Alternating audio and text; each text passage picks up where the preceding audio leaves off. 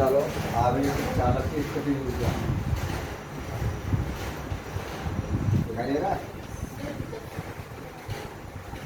थोड़ा सा नीचे, थोड़ा सा नीचे।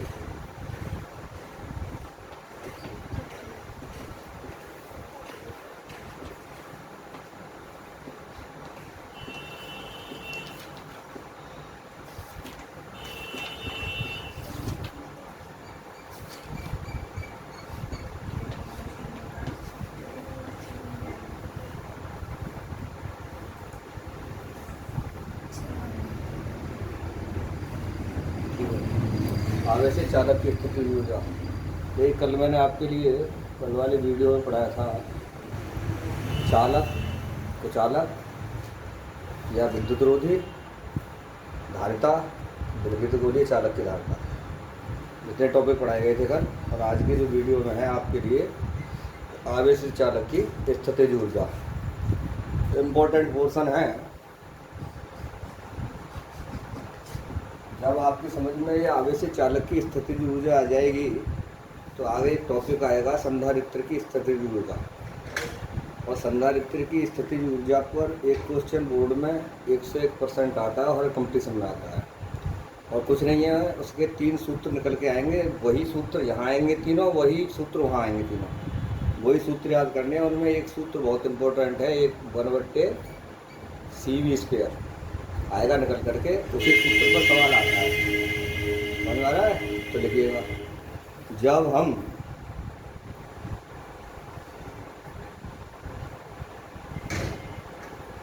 किसी चालक को आवेशित करते हैं, जब हम किसी चालक को आवेशित करते हैं तो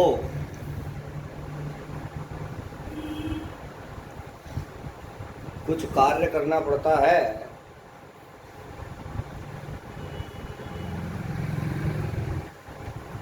यही कार्य चालक में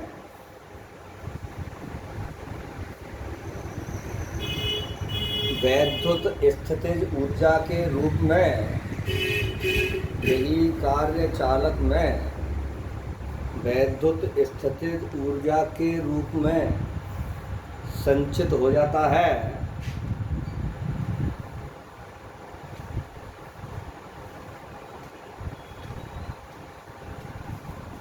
अर्थात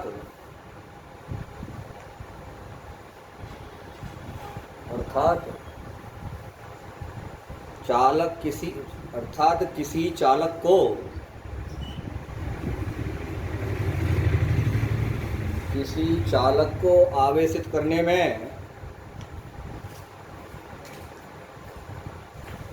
किए गए संपूर्ण कार्य को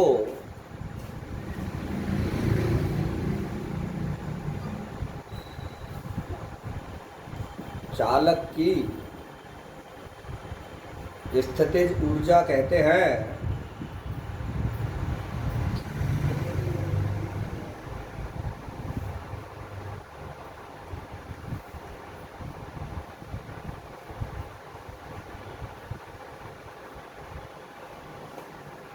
समझ में आ गया आपको यहाँ तक?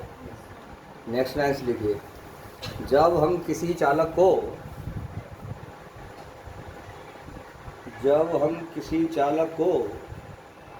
प्लस Q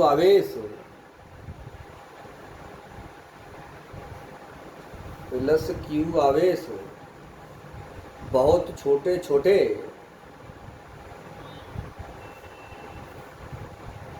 भागों में विभाजित करके देते हैं,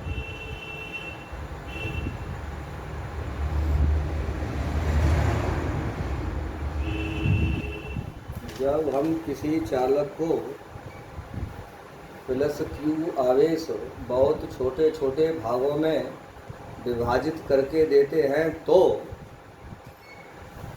चालक का विभव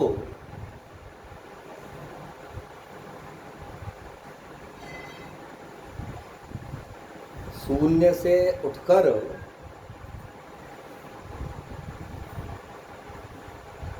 जीरो से V हो जाता है,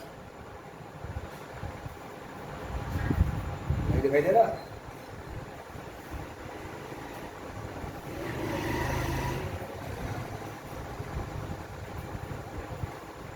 देखिए, हमारा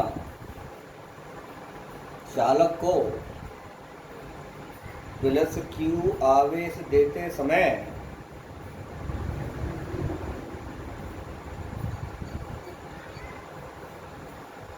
प्लस Q आवेश देते समय चालक का औसत विभव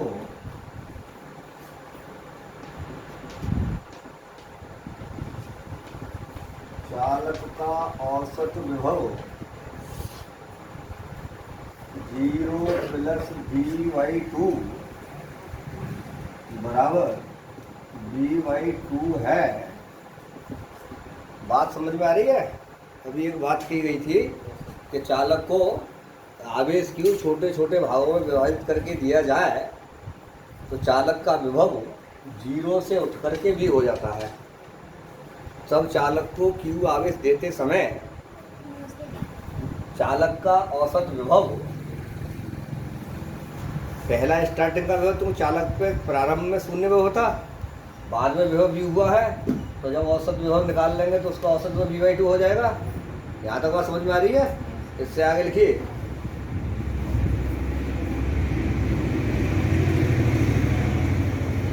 विभव की परिभाषा के अनुसार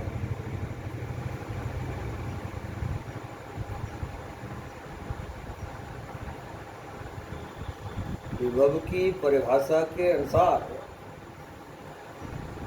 किसी चालक को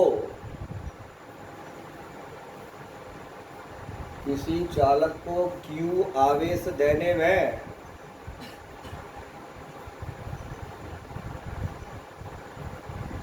किया गया कार्य W बराबर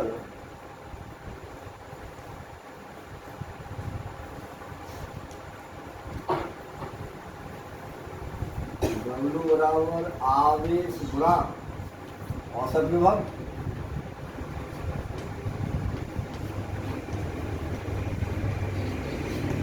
यानी विभव की परिभाषा के माने B बराबर W/Q था, तो W बराबर BQ हो जाएगा।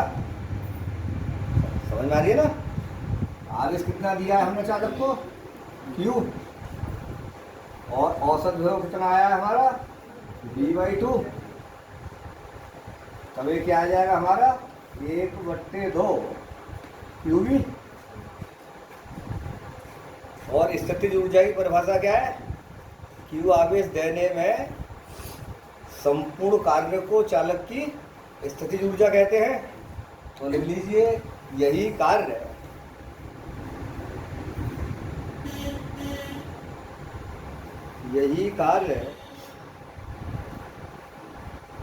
चालक के पृष्ठ पर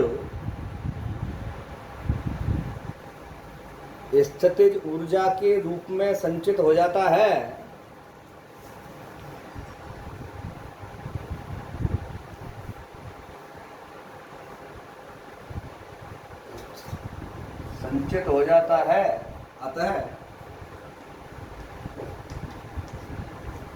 अतः चालक की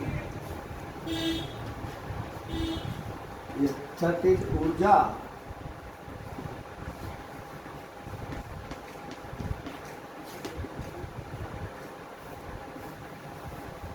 U बराबर 1/2 QV। पहला सूत्र निकला है।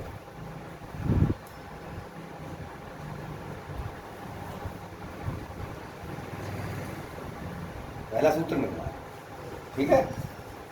यदि यही 3 सूत्र बनेंगे इसके, इसी सूत्र में क्या करें? Q बराबर CV रख दें। धारिता की परिभाषा के अनुसार Q बराबर CV रख दें। यदि Q बराबर CV, तब स्थितिज ऊर्जा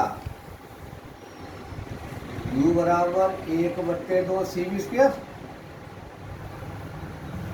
Q के स्थान पर C रखूँ, से सी वी रखूँ तो सी वी आ जाए, एक बी है ये है तो 1/2 सी वी स्क्वायर। समीकरण नंबर 2, यही समीकरण सबसे ज़्यादा इम्पोर्टेंट है, इसी पर न्यूमेरिकल मिलेगा आपको बोर्ड में, 1/2 सी वी स्क्वायर पर।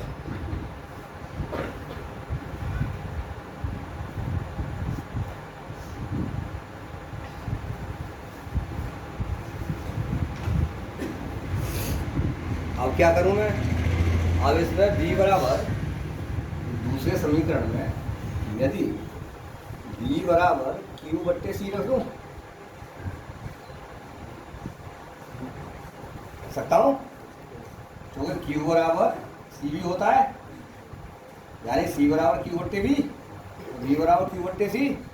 यहाँ पर रखूं मैं b के स्थान पर q/c, तब u बराबर 1/2 सी गुणा q²/c², b बराबर q/c रख रहा हूँ तो एक हाथ ये कट जाएगी, तब u बराबर आ जाएगा आपका 1/2 q²/c जूल। ये इसका तीसरा समीकरण है।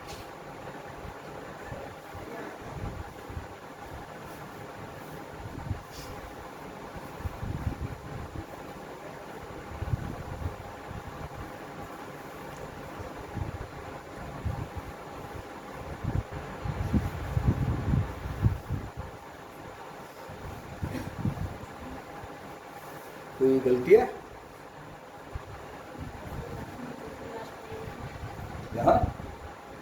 यहाँ इस सूत्र में b बराबर q/c रखा गया है, तो b के स्थान पर q/c रखूंगा तो q²/c² आएगा, बड़ा वाली c की खातिर से कट जाएगी, तब u बराबर 1/2 q²/c बचेगा। ठीक है, यदि इसमें आवेश q कूलम में हो, समझ लीजिए, और c फैरेड में हो, तो स्थितिज ऊर्जा जूल में होगी। सिंपल फंडा है इसका कि ऊर्जा के लिए जूल में लिखा जाएगा। तो ये आवेश चालक की स्थितिज ऊर्जा का टॉपिक है, पूरा सिंपल भी है, कुछ नहीं करना है आपको। फिर दोबारा बता रहा हूँ, यदि हम किसी चालक को आवेश दें और आवेश देने में हमें कोई ना कोई कार्य करना पड़ेगा, और वही कार्य क्या होगा, उसमें स्थितिज ऊर्जा के रूप में संचित हो जाएगा। अर्थात चालक को दिया गया जो आवेश है उसके कारण जो संपूर्ण कार्य है वही क्या होगी, उसकी स्थितिज ऊर्जा होगी। चालक को आवेशित करने में किए गए संपूर्ण कार्य को चालक की स्थितिज ऊर्जा कहते हैं। यहाँ तक बात कोई टेंशन नहीं है याद करने की। आगे मैंने थ्योरी को बहुत शॉर्ट कर दिया है, डायरेक्ट कर दिया है थ्योरी के लिए। यानी कि यदि किसी चालक को हम आवेश की जो मात्रा Q है उसको एक बार में न दे करके छोटे छोटे भागों में विभाजित करके दें, छोटे छोटे भागों में विभाजित करके दें, तो उस चालक का विभव प्रारंभ में शून्य था, शून्य से बढ़ करके भी हो जाएगा। तब चालक को आवेश Q देते समय चालक का जो औसत विभव है वो 0 + v/2 बराबर v/2 हो जाएगा। फिर उसके बाद सीधा हो जाएगा विभव की परिभाषा की। हम जानते हैं कि किसी चालक को आवेशित करने में किया गया कार्य W बराबर होता है आवेश गुणा औसत विभव, यानी W बराबर VQ। आवेश Q था, औसत विभव v/2 था, 1/2 QV आ गया। यही जो कार्य किया गया है यही कार्य चालक की स्थितिज ऊर्जा है, चालक में स्थितिज ऊर्जा के रूप में संचित हो जाएगा। अतः चालक की स्थितिज ऊर्जा U बराबर, चूंकि चालक की स्थितिज ऊर्जा U से लेंगे हम, U बराबर हो जाएगा 1/2 QV। फिर इसमें कुछ नहीं करना है, धारिता की परिभाषा के अनुसार एक बार Q बराबर CV रख लीजिए, तब ये सूत्र मिल जाएगा आपको। यही सूत्र इम्पोर्टेंट भी है, इसी सूत्र पर आपको न्यूमेरिकल मिलेगा 101%। और इस सूत्र में हमें क्या करना है, B के स्थान पर Q/C रख दीजिए, तब आपको ये सूत्र मिल जाएगा। आवेश चालक की स्थितिज ऊर्जा के तीनों सूत्र हैं, और यही तीनों सूत्र संधारित्र की स्थितिज ऊर्जा में यही तीनों सूत्र होंगे सेठ। अगला टॉपिक डालिए।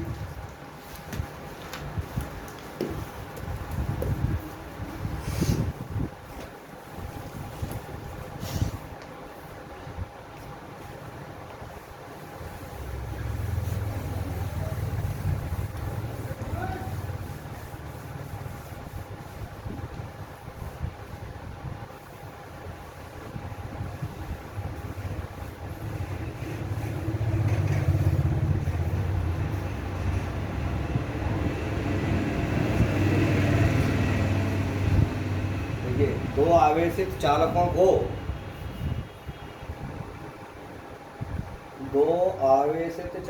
को एक दूसरे से जोड़ने पर आवेशों का पुनर्वितरण अर्थात उभयनिष्ठ विभव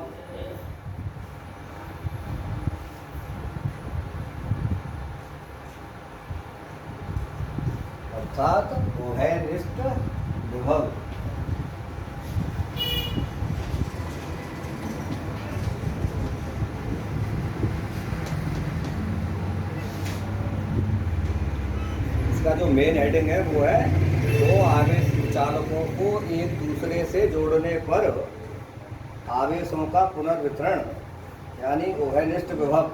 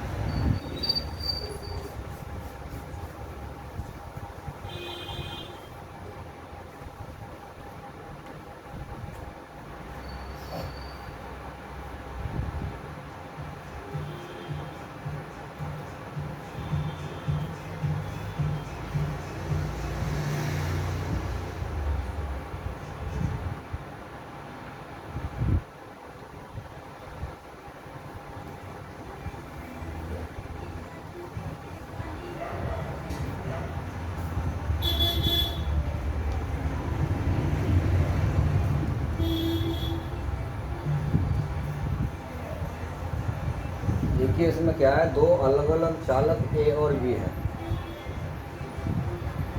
ठीक है। बोला बन गया। देखिए माना दो अलग अलग चालक ए व बी हैं जिनकी धारिताएं क्रमशः C1 व C2 हैं।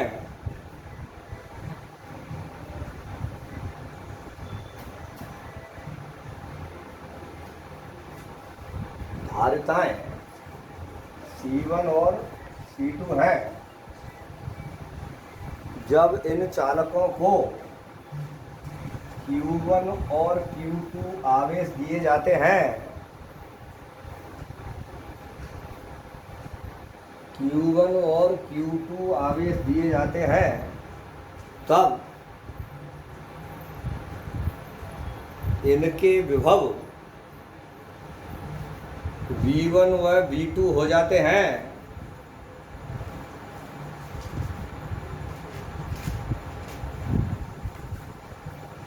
तब आवेश Q1 बराबर C1 V1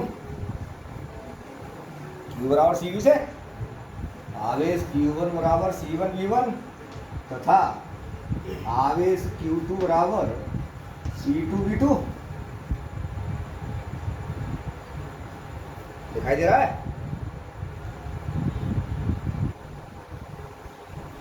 इससे आगे लिखिए, यदि इन दोनों चालकों को यदि इन दोनों चालकों को किसी पतले तार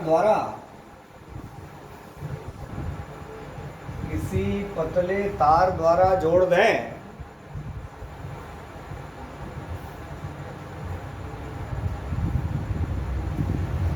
तो धनावेश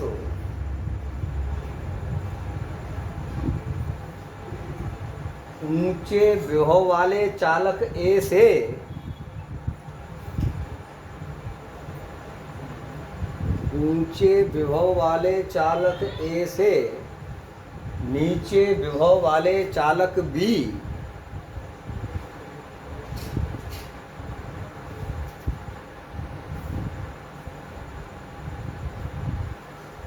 बी पर जाने लगता है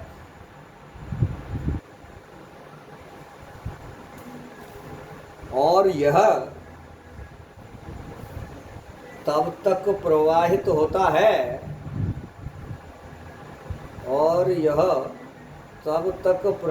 होता है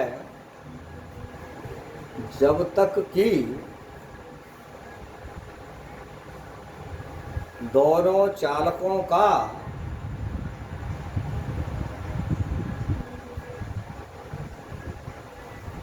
विभव समान ना हो जाए।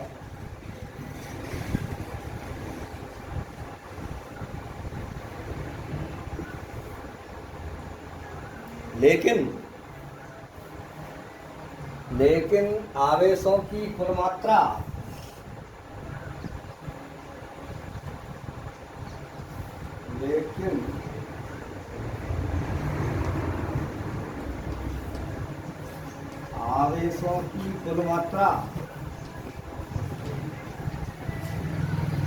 Q1 प्लस Q2 ही रहती है।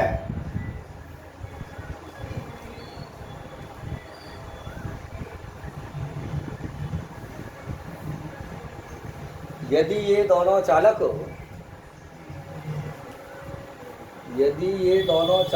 एक दूसरे से पर्याप्त दूरी पर हैं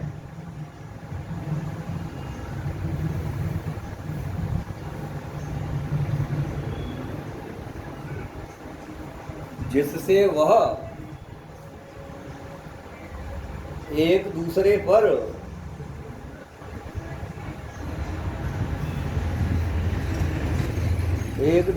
पर वैद्युत प्रभाव नहीं डालते,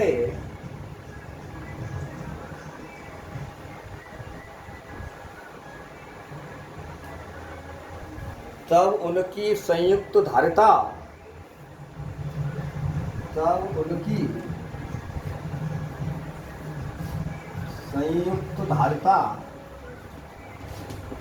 C1 प्लस C2 होगी।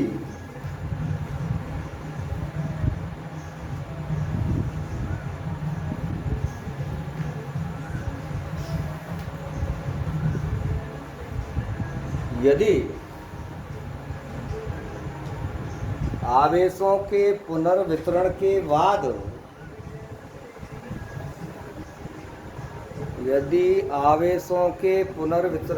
बाद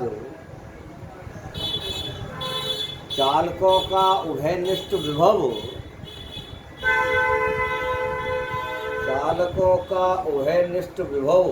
V हो,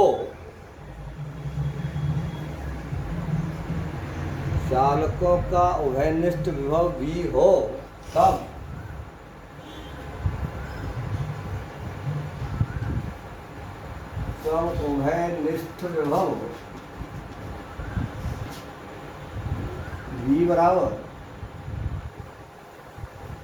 Q1 plus Q2 upon C1 plus C2। नहीं समझ में आया भाई? चालकों पर चाहे उन्हें हमें कुछ भी किया, उन पर जो आवेश की कुल मात्रा थी वो Q1 प्लस Q2 थी और संयुक्त धारिता उसकी C1 प्लस C2 थी। तो V बराबर Q बटे C से उभयनिष्ठ विभव निकल जाएगा। V बराबर Q1 प्लस Q2 बटे C1 C2।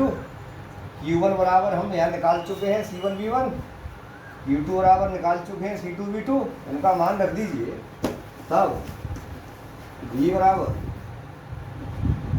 C1 B1 plus C2 B2 बटे C1 प्लस C2।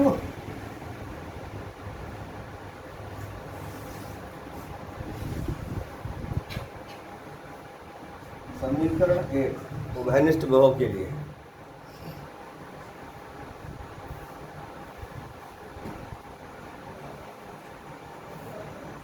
अब आगे लिखिए। माना आवेशों का पुनर्वितरण होने के बाद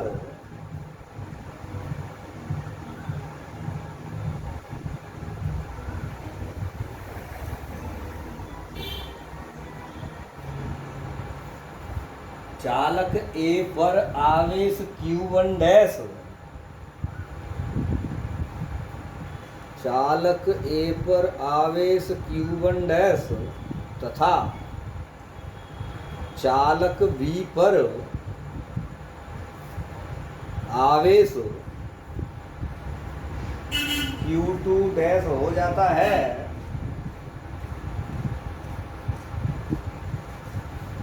तब Q1 डैश बराबर C1V वैनिष्ठ विभव का प्रयोग करेंगे। आवेश का पुनर्वितरण हो गया तथा Q2 डैश बराबर C2V।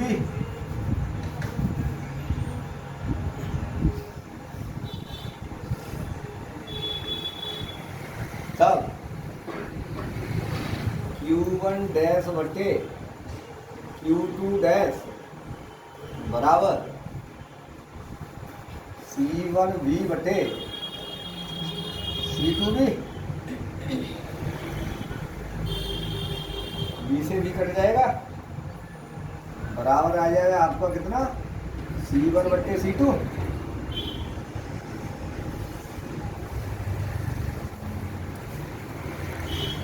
स्पष्ट है।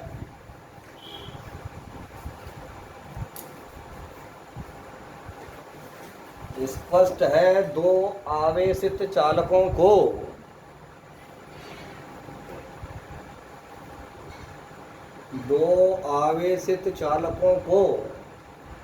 किसी तार द्वारा जोड़ दें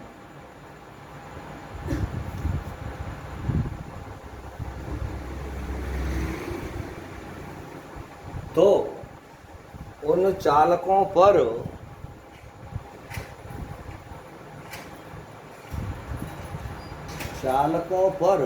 पुनर्वितरित आवेशों का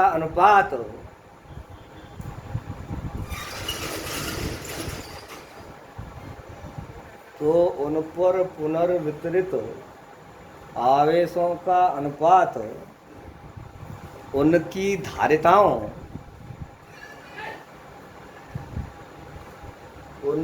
धारिताओं के अनुपात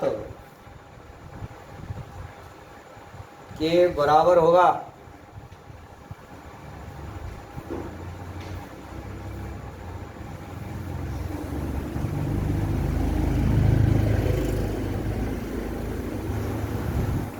ये हो गया कंप्लीट। अगला हेडिंग डालिएगा।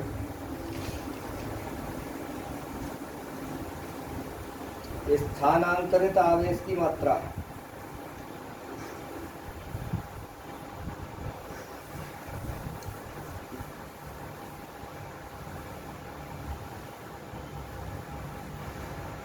ये जो पार्ट है इसी टॉपिक का पार्ट है, अभी चल रहा था चित्र, इसी का पार्ट है ये भी।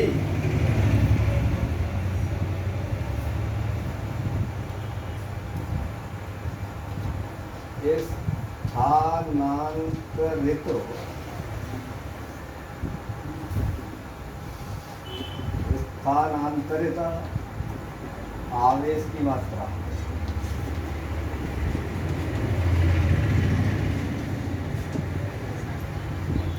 ये जितने भी सूत्र हैं इनका न्यूमेरिकल में प्रयोग होगा।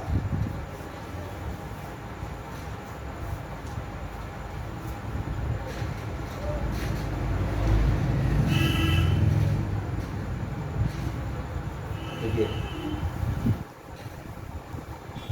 हम जानते हैं चालकों को जोड़ने से पहले, चित्र वही रहेगा पहले वाला, होगा क्यों?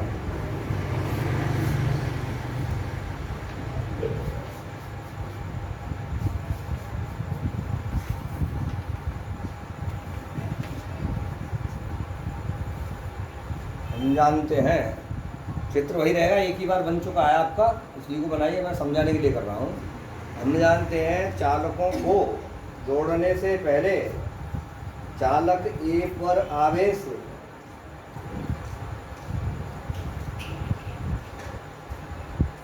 जोड़ने से पहले चालक ए पर आवेश Q1 था तथा तार द्वारा जोड़ने पर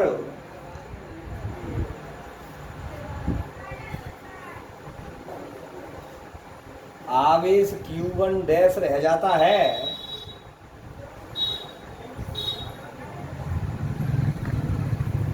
अतः चालक ए से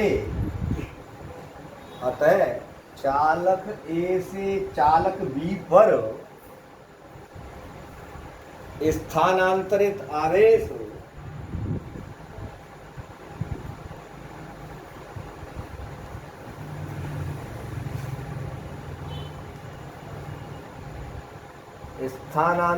आवेश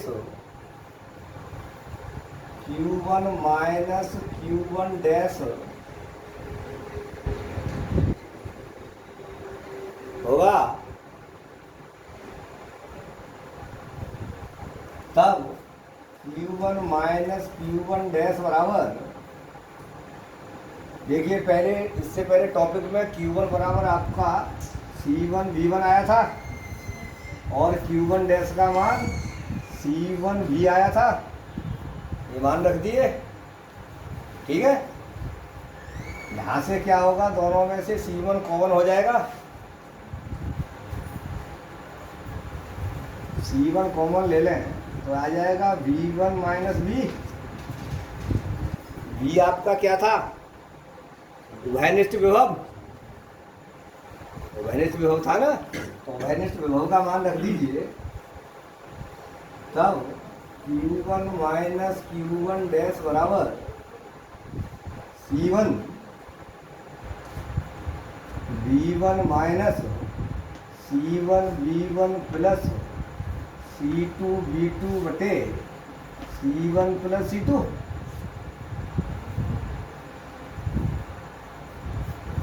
तो नहीं समझ में आया भाई, इतना जो मान है उभयनिष्ठ विभव का, समीकरण 1 जो लिखवाया है मैंने, समीकरण 1 में V बराबर C1 V1 plus C2 V2 बटे C1 प्लस C2, इसका एलसीएम ले लें, एलसीएम ले लें, तो एलसीएम लेंगे तो आ जाएगा C1 बटे C1 प्लस C2, कोष्टक में बचेगा आपका V1 C1 plus C2 minus C1 V1 minus C2 V2। इसको खोल दिया मैंने, चिन्ह को माइनस के को प्रयोग कर दिया इसी में, इसको आगे हल कर लेंगे तब आ जाएगा C1 बटे C1 प्लस C2, ये इसका V1 का मल्टीप्लाई करें अंदर तो आ जाएगा C1 V1 plus C2 V1 minus C1 V1 minus C2 V2।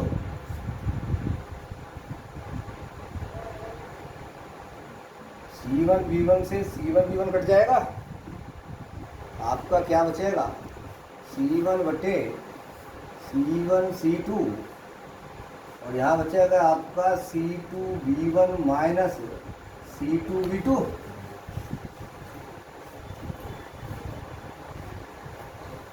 इसके बराबर में इसमें से क्या करेंगे, C2 कॉमन आ जाएगा,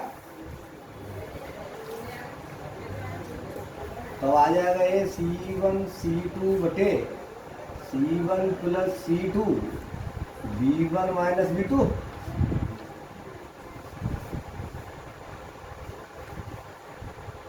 अर्थात स्थानांतरित आवेश की जो मात्रा होगी वो होगी Q1 माइनस Q1 डैश बराबर C1 C2 बटे C1 plus C2 V1 minus V2।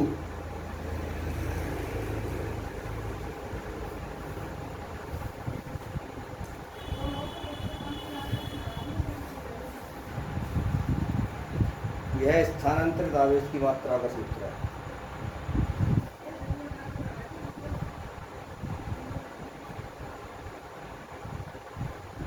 ठीक है, इसके बाद एक अगला टॉपिक है आवेशों के पुनर्वितरण में ऊर्जा का ह्रास। कहीं कोई गलती मालूम पड़ रही है? बताओ।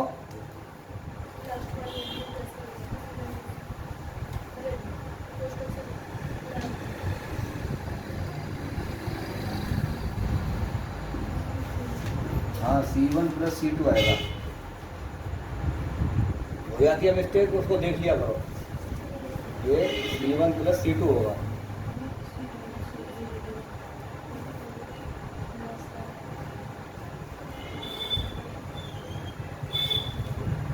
कभी कभी होता है ऐसा, जानने के बाद भी बोलते हैं और लिखने में गलती हो जाती है। बोला बिल्कुल सही था, C1 बटे C1 plus C2 C2 V1 minus C2 V2। इसमें से C2 कॉमन ले लिया हमने, तो C1 C2 बटे C1 plus C2 V1 minus V2। यही क्या है? स्थानांतरित आवेश की मात्रा। जैसे किसी सवाल में वो स्थानांतरित आवेश निकलवाए और चालक की धारिताएं देगा। वो कहेगा दो चालक जिनकी धारिताएं इतने और इतने माइक्रोफैरड हैं या इतने इतने फैरड हैं और चालकों पर विभव इतने इतने हैं, तो चालक पर स्थानांतरित आवेश की मात्रा क्या होगी? तो सीधा फॉर्मूले में लगाना होता है, केवल हमें फॉर्मूला याद करना है। तो ये जो होगा आपका समीकरण नंबर 2 होगा।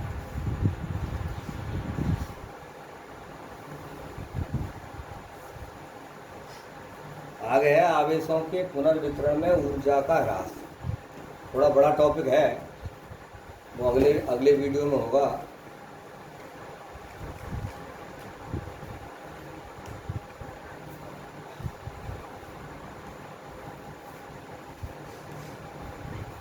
हो नहीं पाएगा।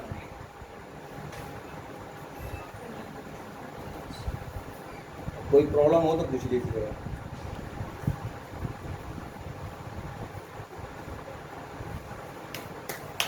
आवेशों के पुनर्वितरण में ऊर्जा का ह्रास अगला टॉपिक है, वो नेक्स्ट वीडियो में पढ़ाया जाएगा, क्योंकि वो भी अपने में एक इम्पोर्टेंट है। ये थ्योरेटिकल में पेपर में कभी कभार आते हैं, लेकिन न्यूमेरिकल में ज़्यादातर आते हैं। और इनमें इस पर डिपेंड एक न्यूमेरिकल कंपटीशन में जरूर आता है। ये देखिए, तुम लोग इंटर साइंस के स्टूडेंट हो, कोई बच्चा नीट में बैठेगा, कोई आईआईटी में बैठेगा, कोई बीटेक में बैठेगा, तो वहाँ पर फिजिक्स को पार करना भी अति आवश्यक है। और फिजिक्स को पार करने के लिए आपको मेहनत करनी होगी। इसलिए मैं बार बार कह रहा हूँ आपके लिए कि मैं कोई भी चीज़ नहीं छोड़ रहा हूँ, हर कंपटीशन से संबंधित भी लेके चल रहा हूँ और आपके यूपी बोर्ड से भी संबंधित लेके चल रहा हूँ। यानी यूपी बोर्ड छोड़िए, हिंदी मीडियम के ऑल बोर्ड जितने भी बोर्ड हैं, सभी बोर्डों का सिलेबस पढ़ा रहा हूँ मैं। कोई भी बोर्ड का पेपर आएगा, जितना मेरा वीडियो है, इन वीडियो से एक भी क्वेश्चन बोर्ड का बाहर नहीं जाएगा, ये मेरी गारंटी है। बशर्ते कि आपको वीडियो को पूरा देखना होगा और कॉपी पेन ले करके उसे समझना होगा। मैं देखिए, मेरा कहने का मतलब ये है कि आप अपने मोबाइल पर, ज़्यादातर बच्चों के पास टच वाले मोबाइल हैं, मोबाइल पर मूवी 3 घंटे की मूवी देख सकते हो। आप 3 घंटे की मूवी देख सकते हो, लेकिन 1 घंटे का वीडियो लगातार नहीं देख सकते हो, जो आपकी लाइफ के लिए काफ़ी लाभदायक है। ज़रूरी नहीं है कि मेरे सभी वीडियो 1-1 घंटे के हैं। कोई 55 मिनट का है, कोई 52 मिनट का है, कोई 17 मिनट का भी है। जैसे जैसे टॉपिक मिलता गया है वैसे वैसे वीडियो डालता गया हूँ। कोई 27 मिनट का भी है, कोई 22 मिनट का भी है। हर वीडियो में चल रहा है। एक वीडियो बीच में छूट चुका है, बना नहीं पाया हूँ मैं, उसे बना लूँगा एक आध दिन में। संभव पृष्ठ और दूसरा टॉपिक क्या था? स्थितिज ऊर्जा का है वो भी।